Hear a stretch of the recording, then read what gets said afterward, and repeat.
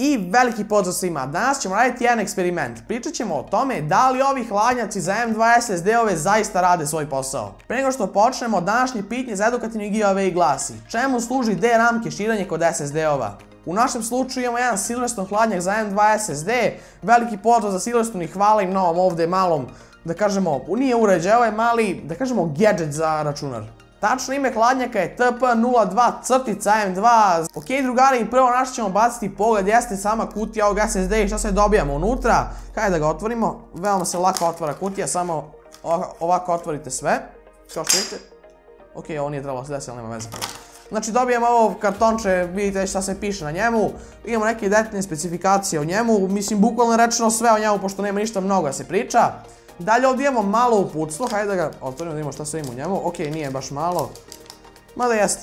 Ovdje imamo samo kako instalirati ovaj M2 heatsink, generalno gledano ništa više nam ni ne treba. Dalje u paketu dobijamo ove dve kesice, u jednoj kesici imamo nekoliko termalnih padova, u putu ćemo već vidjeti kasnije gdje i šta treba da se stavi, ali ovdje imamo set termalnih padova, a u drugoj kesici su dve gumice kako biste pričvrstili jednostavno ovaj heatsink za vaš SSD ukoliko bude spadao. Što se tiče heatsinka, imamo aluminijumski heatsink, lepo je dizajniran, imamo Silverstone logo na njemu, ovdje se lepe termalni padovi, pa to sve ide na SSD.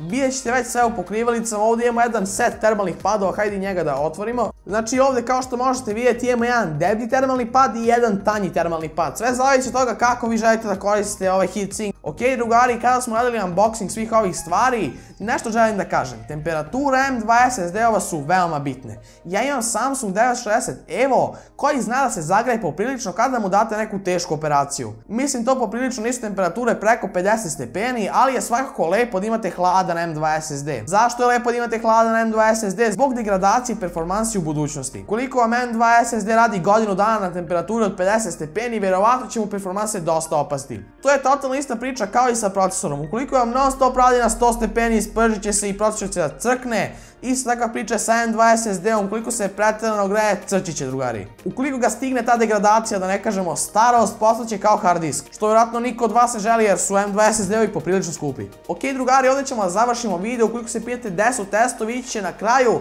Znam da niste glupi, uporedite brojke, manja brojka će pobediti. Tako da eto, imate pitanje za edukativni giveaway, a mi se vidimo i čujemo do nekog narednog videa. Ćao!